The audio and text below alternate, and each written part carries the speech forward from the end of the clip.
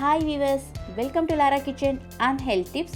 இன்றைக்கி ஸ்பெஷல் என்னென்னு பார்த்தீங்க அப்படின்னா, பன்னீரில் நம்ம நிறையா வெரைட்டிஸ் பண்ணியிருக்கோங்க. ரொம்ப ஈஸியாக ஒரு பன்னீர் புர்ஜி எப்படி பண்ணுறதுன்னு நம்ம பார்க்கலாம். அதுக்கு தேவையான பொருட்கள் என்னென்னு பார்க்கலாம். அதுக்கு முன்னாடி நம்ம சேனலில் ஃபஸ்ட் டைம் பார்க்குறவங்க சப்ஸ்கிரைப் பண்ணுங்கள், பக்கத்தில் இருக்க பெல் பட்டனை கிளிக் பண்ணுங்கள். இதுக்கு நான் 1 கப் பன்னீர் எடுத்திருக்கேன். இது நான் வீட்டிலே ரெடி பண்ண பன்னீர் ப்ளஸ் ஆனியன், ஸ்மால் ஆனியன் ஒரு 2 எடுத்திருக்கேன், கட் பண்ணி வச்சுருக்கேன். ஒரே ஒரு தக்காளி கட் பண்ணி வச்சுருக்கேன், மீடியம் சைஸ். ஒரு 3 to 4 பச்சை மிளகாய் குட்டி குட்டியாக கட் பண்ணி வச்சுருக்கேன். மிளகாத்தூள் 1 ஸ்பூனு, உங்களுக்கு காரம் அதிகம் வேணால் நீங்கள் சேர்த்துக்கலாம். கரம் மசாலா 1/2 ஸ்பூன் எடுத்திருக்கேன். ஜீரகம் ஒரு 1/2 ஸ்பூன் எடுத்திருக்கேன். மஞ்சள்தூள் 1/4 டீஸ்பூன். இஞ்சி பூண்டு பேஸ்ட் 1 ஸ்பூன் எடுத்திருக்கேன். இதுக்கு வாங்க விவசாயம் இது எப்படி பண்ணுறதுன்னு பார்க்கலாம். முதல்ல ஒரு கடாயில் ஒரு 3 to 4 டேபிள் ஸ்பூன் அளவுக்கு மட்டும் நம்ம எண்ணெய் சேர்த்துனா போதும். இதுக்கு ரொம்ப எண்ணெய் சேர்த்துணுங்கிற அவசியம் இல்லை. எண்ணெய் நல்லா சூடேறினதுக்கப்புறம் இதில் நம்ம எடுத்து வச்சுருக்க ஜீரகத்தை போட்டு நல்லா வறுத்துடலாம். இதில் கடுகு சேர்க்கணுங்கிற அவசியம் இல்லை, ஜீரகமே உங்களுக்கு நல்ல ஃப்ளேம் தரும்.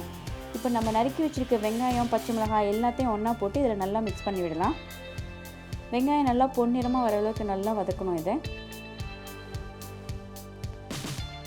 பாருங்கள், வெங்காயம் நல்லா பொன்னிறமாக வந்துடுச்சு. இப்போது இந்த ஸ்டேஜில் இப்போ நம்ம தக்காளி நறுக்கி வச்சுருக்கோம் இல்லையா, இதை நம்ம சேர்த்துடலாம். இதை நல்லா சேர்த்து வதக்கி விட்டுருங்க.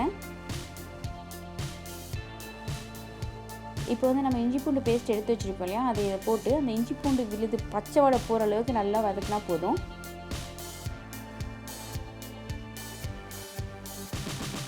இதெல்லாம் ஒன்றா சேர்த்து நல்லா வதக்கி விட்டுருங்க.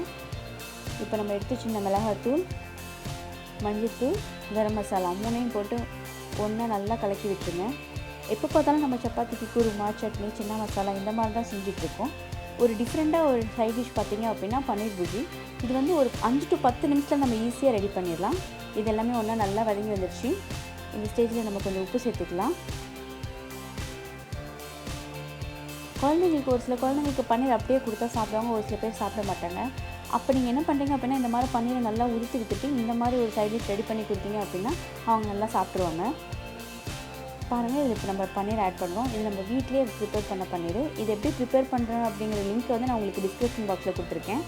அது மட்டும் இல்லை, இதில் நான் ரசகுல்லா ஒன்று பண்ணியிருக்கேன், அதோட லிங்க்கையும் உங்களுக்கு நான் டிஸ்கிரிப்ஷன் பாக்ஸில் கொடுத்துருக்கேன். அவ்வளோதாங்க, ஒரு 5 to 10 மினிட்ஸில் நம்ம ஈஸியான சுவையான பன்னீர் புர்ஜி ரெடி பண்ணியாச்சு.